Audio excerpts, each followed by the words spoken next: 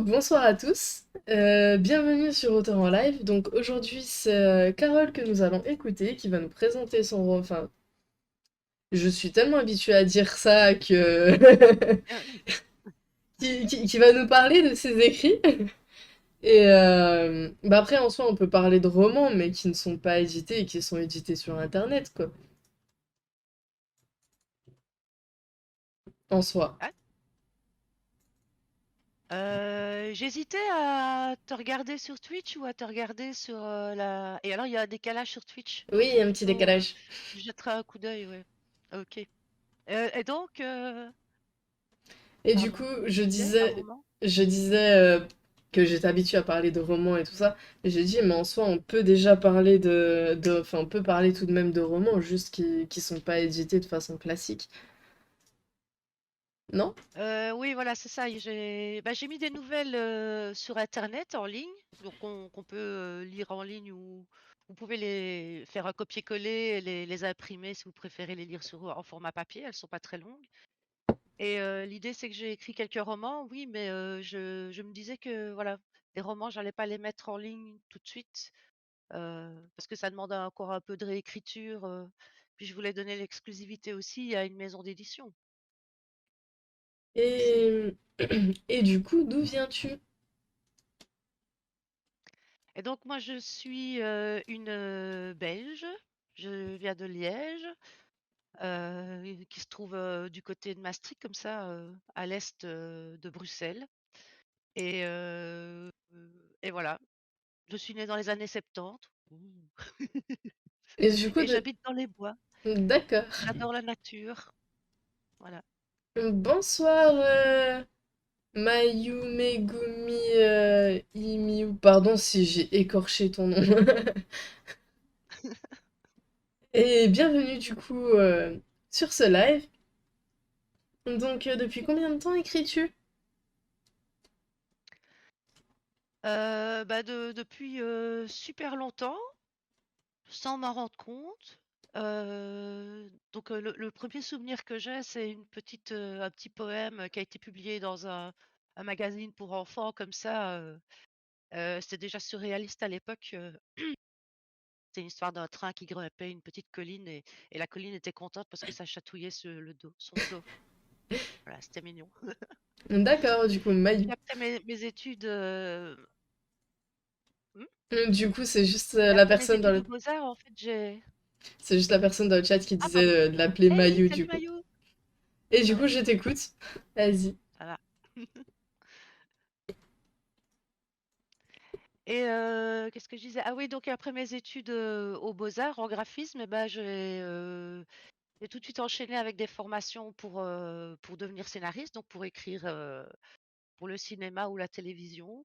Et donc voilà, j'ai, écrit mon premier court-métrage avec une réalisatrice, hem, qui a été tourné, qui a été produit en Belgique et qui est allé se tourner en Belgique et au Maroc.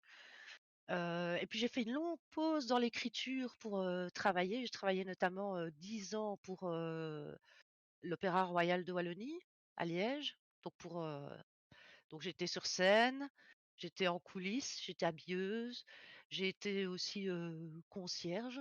Donc j'étais à l'entrée des artistes, je faisais l'accueil et cetera.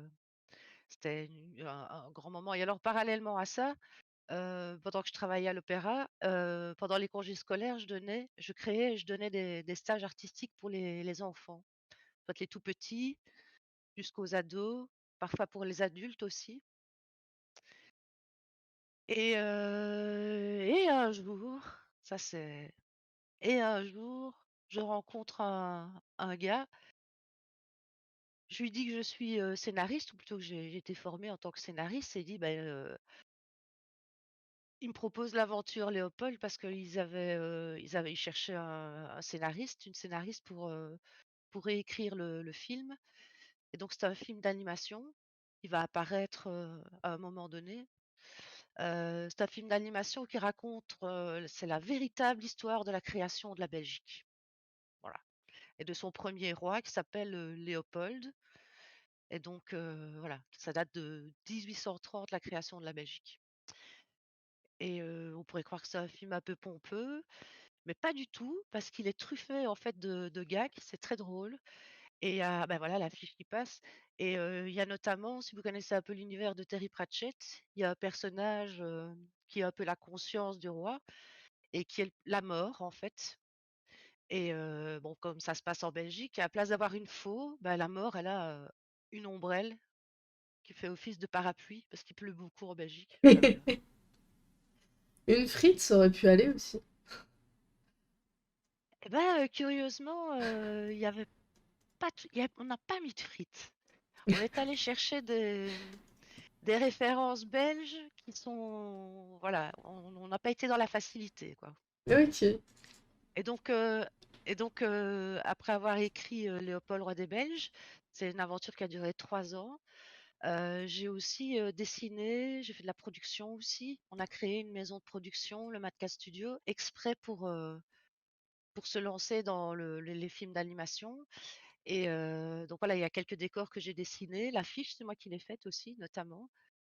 Hem et voilà, c'est pour vous dire que j'ai glissé dans quelques décors, il y a des easter eggs. Donc il y a par exemple, alors je devrais pas le dire, mais il y a même des des références à Star Wars, par exemple.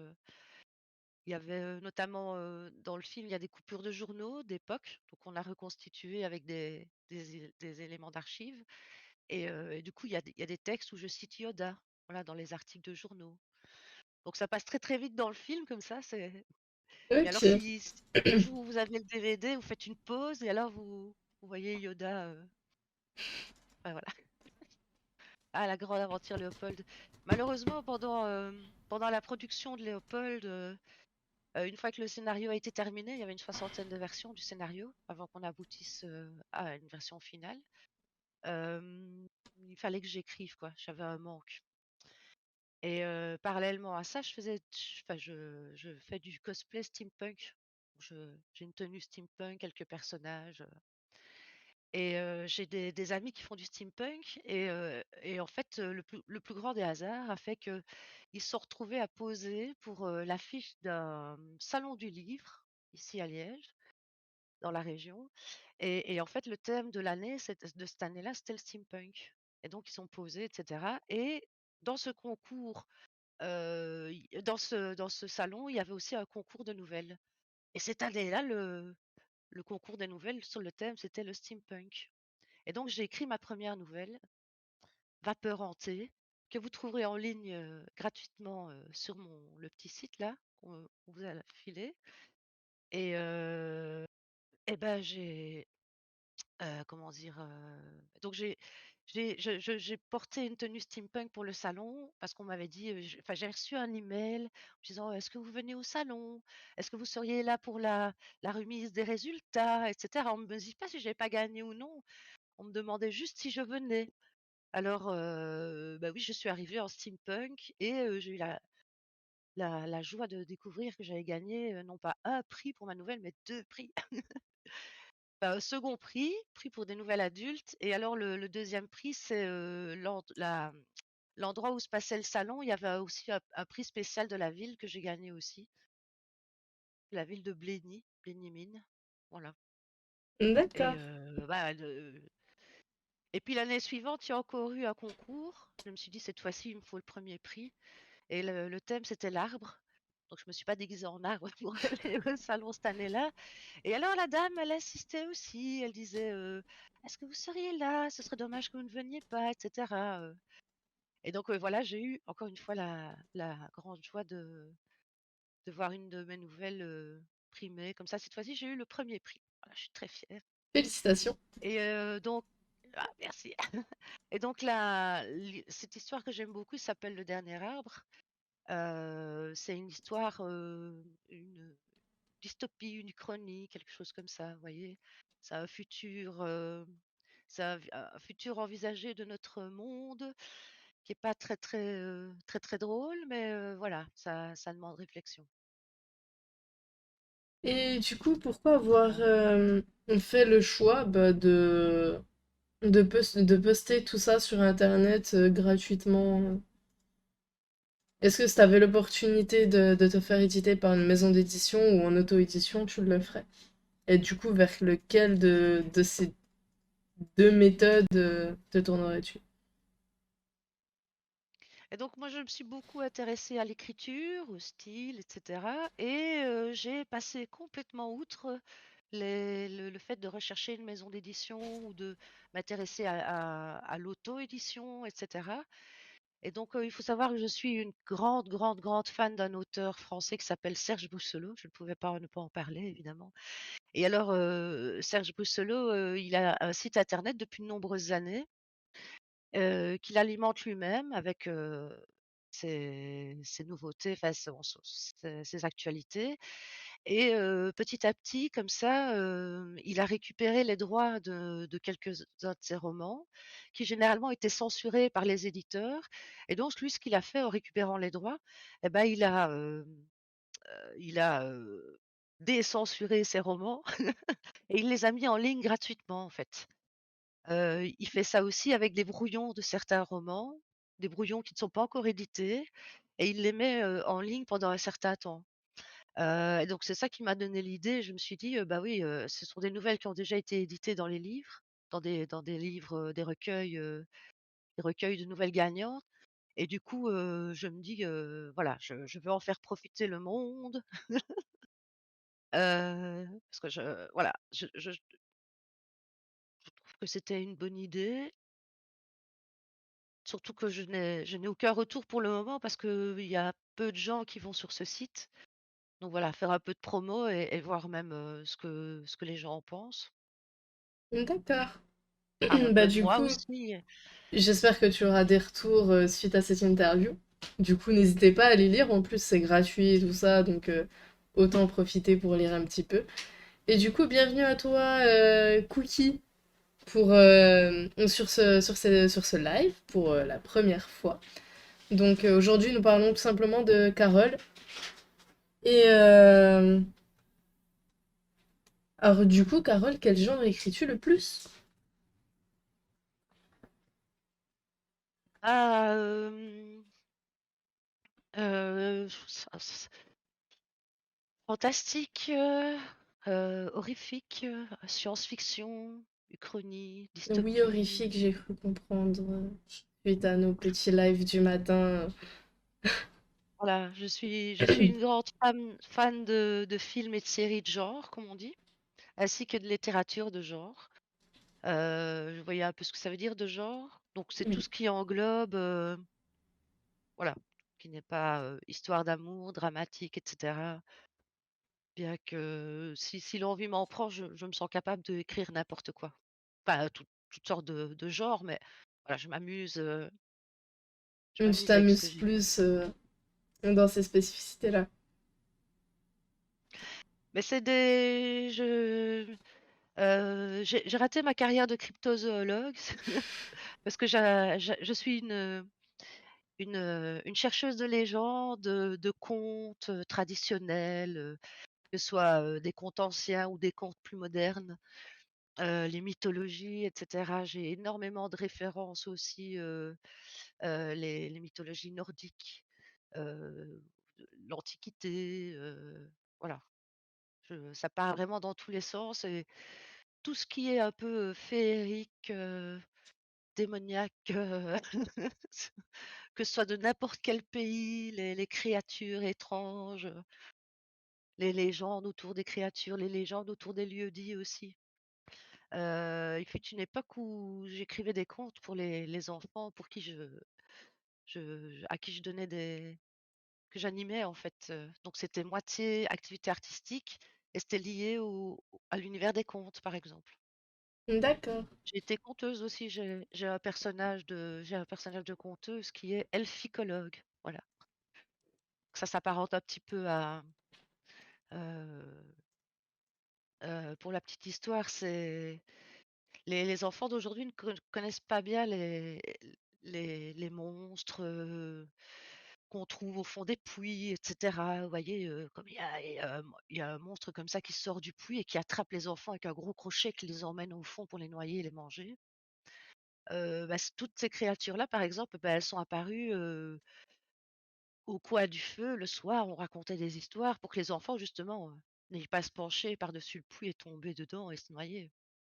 Donc leur faire peur, comme ça ils ne s'approchaient pas du puits. Du coup, bah, tu nous as quand même déjà bien présenté tes écrits. Est-ce qu'il y a quelque chose que tu aimerais rajouter à ce niveau-là? Oui, je pourrais vous en parler pendant des jours et des jours. Je pourrais vous dire aussi, lisez, Oui. lisez-moi, Et du coup, est-ce que tu as des c'est gratuit. projets pour 2022? Je trouve qu'il y a une grande part d'apprentissage quand on écrit, que ce soit en tant que scénariste ou en tant qu'auteur. Et donc, dernièrement, j'ai suivi la masterclass de Neil Gaiman. Il y a un peu cet auteur qui a écrit Stardust ou Coraline. Voilà. Euh, et donc, dans sa masterclass, il donnait un des exercices, c'était d'écrire une histoire en 100 mots. Pas plus, pas moins, titre non compris. Et donc, pendant la masterclass, donc j'ai fait le petit exercice en français parce que la masterclass est en anglais. Et je me suis pris au jeu, je me suis dit, bah, pourquoi pas 100 histoires de 100 mots? Donc là, ça m'a pris quelque temps. Donc j'ai commencé au mois d'avril et je l'ai terminé, le 12/12/2021. Ouh! La boucle était bouclée, il fallait vraiment que je finisse ce jour-là et voilà, c'était un dimanche et donc vous voyez passer la couverture. Heu, donc c'est à l'état de bêta, mais il y a déjà un EPUB qui existe et donc ça fonctionne super bien parce qu'on peut soit fonctionner en choisissant une nouvelle au hasard, le titre vous intéresse, vous cliquez dessus, vous arrivez tout de suite dessus. C'est vraiment un petit EPUB très simple. Ou alors vous pouvez scroller au hasard. Alors j'ai essayé sur mon GSM, c'est rigolo parce que 100 histoires de 100 mots, ça fait du scroll quoi. Ça fait un peu mur Facebook. Mais voilà, c'était amusant et ce sont toutes des histoires, qui ont pour référence quand voilà la par exemple, le monstre du Loch Ness ou Jack l'Éventreur, ou les dieux égyptiens, voilà, ça part un peu dans tous les sens. Je sais pas si vous voyez un peu, l'univers de Malpertuis, de Jeanret? Jeanret moi? Malpertuis, Jeanret? Enfin Malpertuis, voilà, je fais un petit Un petit lapsus peu de sur loin. l'auteur certainement, voilà. Et donc, je vais pas vous spoiler, mais ce sont les dieux grecs, bah, qui se retrouvent dans une grande maison de maître et ils ne sont plus que l'ombre d'eux-mêmes parce ils ne sont plus priés, donc ils n'ont plus vraiment de force. Mais voilà, et ils sont quasiment humains et ils sont quasiment mortels, et ils se retrouvent dans une maison, voilà, ça c'est un peu cet univers-là, que j'aime bien. Est-ce que tu as un conseil à donner aux personnes qui souhaitent se lancer? Alors, Stephen King, mmh, il dit aux auteurs débutants, attention, hein: «Copiez vos maîtres. Qui aimez-vous lire? Qu'est-ce que vous aimez lire? Et alors, bah, plongez-vous dedans et sachez pourquoi vous aimez lire cet auteur, pourquoi vous aimez son style. Et alors, je vous demande pas de copier un auteur, je vous dis pas de le faire, mais il y a un moment donné, quand vous allez, développer des univers, qui vont vous être familiers, et cetera, vous allez à un moment donné arriver à trouver votre propre style, votre propre univers, et je dirais aussi, faites très attention à la routine. Par exemple, il y a des gens qui travaillent la journée et qui écrivent la nuit. Bah, c'est fort enfin voilà, vous prenez vous écrivez au moment où vous pouvez écrire et vous vous rendez compte que le week-end, en fait, vous fonctionnez mieux, à 8 heures du matin, de 8 heures à midi. C'est le moment où vous écrivez le mieux et le plus facilement. Ça vient mieux, quoi. Donc, voilà, il y a un moment donné, il faut consacrer sa routine, il faut choisir ses horaires, savoir quand c'est le meilleur moment pour écrire, et surtout, n'arrêtez jamais d'écrire. Ne vous découragez pas! Et du coup, nous allons passer aux questions surprises.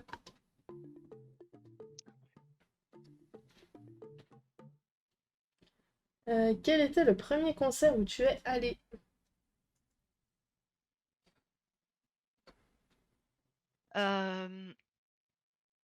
donc c'était dans les Ardennes belges. Il y a un concert, ça se passe samedi pendant les vacances, c'était le midi, minuit. Et donc de midi à minuit, les groupes s'enchaînaient comme ça sur une scène à côté d'une rivière, dans un champ, quoi. Et j'ai vu notamment un groupe super, enfin un gars super qui s'appelle Jean-Luc Fonck, le groupe Stella. J'ai découvert Stella à ce moment-là et qui m'amuse toujours autant. Voilà. Je connais même des albums par cœur. Seconde question, quel est ton talent caché? Ah, j'en ai plusieurs. Nous t'écoutons. Euh, eh bien, je vais faire des jaloux, mais sachez que quand je fais une pâte à crêpes, c'est impossible pour moi d'avoir des grumeaux dans ma pâte. Je Ok. ne sais pas ce que c'est d'avoir des grumeaux dans une pâte à crêpes ou dans une béchamel. Je ne sais pas, c'est un don, voilà. Et oui, il y a un moment donné, j'ai plié énormément d'origami aussi, Ok. que ce soit des grues ou des vaisseaux X-Wing de Star Wars ou des dragons aussi. Et alors Des vaisseaux j'ai Star un Wars truc aussi, c'est en le. origami. Ça doit être stylé. Ah ouais, si tu me laisses. Là, je crois il me reste un prototype parce que à côté là, j'ai un mini cabinet de curiosité en fait où j'entasse toutes sortes de brôles de geeks. Attends, je vais vous le montrer, ça vaut le coup, j'arrive.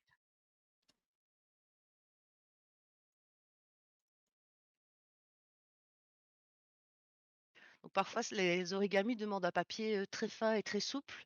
Et donc pour tester, j'utilise parfois du magazine ou des journaux ou du papier de soie, ça dépend un peu. Donc là, il est un peu scrotché. Donc ça, c'est un X-Wing en origami. Voilà. Oh bien. Ouah, je fais le bruit aussi. Ouah. Et voilà, Et talent du caché. coup, une chose dont tu ne peux pas vivre sans. Écrire. Ouais, mais c'est pas vraiment une chose, ça. Ah, il y en a qui disent écrire, c'est ranger le bip qu'on a dans sa tête. Donc ouais, j'aime bien ça, moi. D'ailleurs, Ok. je peux pas vivre sans carnet. Oh! Oh! Eh ouais, euh, Ah! le carnet du moment, parce que j'en ai plusieurs. Mais alors, ce qui est génial, c'est comme il a des anneaux, et alors il tient bien droit, quoi, vous voyez? Vous pouvez l'avoir sur les genoux parce que c'est Et il est hyper plus grand à l'intérieur qu'à l'extérieur? absolument. Vu ce que j'y mets, oui, oui. Je suis une fan de Doctor Who, oui. J'ai commencé les tout premiers épisodes là en noir et blanc. C'est un peu difficile, mais je vais m'y remettre. Voilà, les J'ai pas classiques, osé c'est m'y comme ça. mettre personnellement. Eh ben, c'est très très intéressant parce que J'en doute dans pas, les dans- mais quand je vois que déjà les premiers Star Wars, ils m'ont piqué les yeux. ouf, ouais, non, là ça va. Hmm. Mais tu sais ce que tu vois, hein. Par exemple, le premier épisode, c'était un format où je crois que c'était 6 ou 8 fois 10 ou 15 minutes. Donc un épisode, il était découpé déjà en plusieurs parties. Et le docteur, sa personnalité a changé au fur et à mesure. Le docteur qu'on connaît aujourd'hui, c'est pas du tout le docteur du début. Et c'est En même super temps, intéressant de voir pourquoi et les comment il est mentalités, devenu ce qu'il est aujourd'hui. les mentalités n'étaient pas les mêmes à l'époque aussi, donc Ah oui, oui, ça c'est sûr. Ça, il y a mais il plus y de avait toujours 50 ans, la façon de penser n'était pas la même, donc forcément, c'est un très bon moyen de voir comment la façon de penser a évolué avec le temps, au final. ouais, à fond. Avant-dernière question, quel super pouvoir aimerais-tu avoir?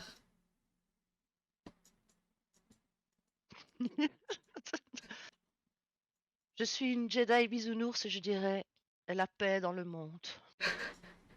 C'est Une un Jedi super pouvoir. bisounours. Ouais, non, il y aurait moyen, les gens. Faut arrêter, quoi. Voilà, alors les gens se disputent et je ferai paix sur vous. et les gens s'embrasseraient, ils iraient, je sais pas moi, ils iraient à la piscine ou ils feront du jogging ensemble plutôt que se taper dessus. Enfin voilà, ils feront des compromis, quoi. Une dernière question. Si tu pouvais ressusciter un artiste, qui ce serait? Heu, il y en a beaucoup, mais je vais parler d'une petite anecdote, c'est-à-dire qu'ici en Belgique, en Flandre, on a notre Comic Con, hem et donc je pe pendant quelques années, je suis allée en steampunk au Comic Con, j'ai oublié son nom, j'ai honte, j'ai oublié son nom, enfin bref, le FACT, voilà, FACT Sagan et je suis allée en steampunk et cetera et cetera. Donc le steampunk, c'est le corset, la robe à panier, les chaussures à talons, la coiffure de ouf, le chapeau, la totale, le maquillage comme ça, la coiffure comme ça, enfin voilà.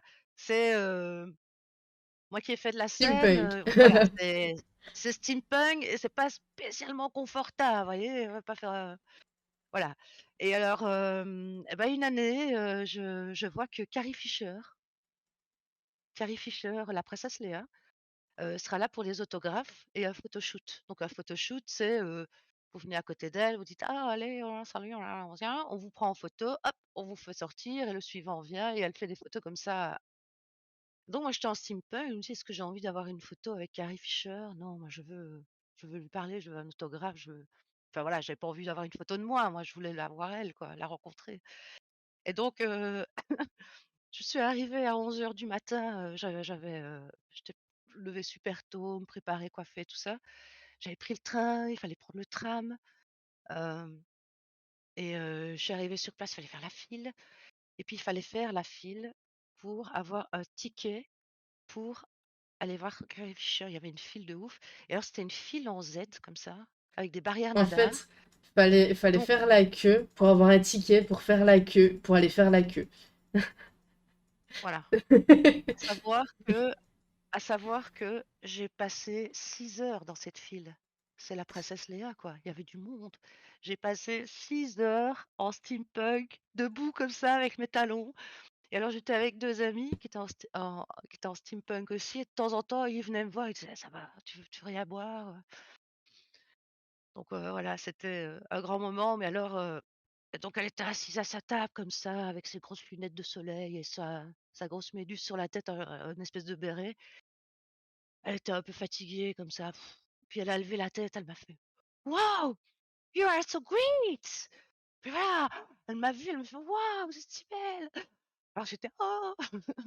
et alors elle m'a signé elle m'a signé, attends, je vais aller le chercher, il est près au cabinet de curiosité, j'arrive.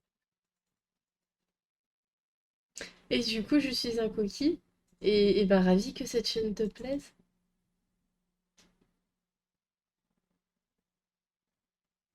N'hésite pas à venir plus souvent.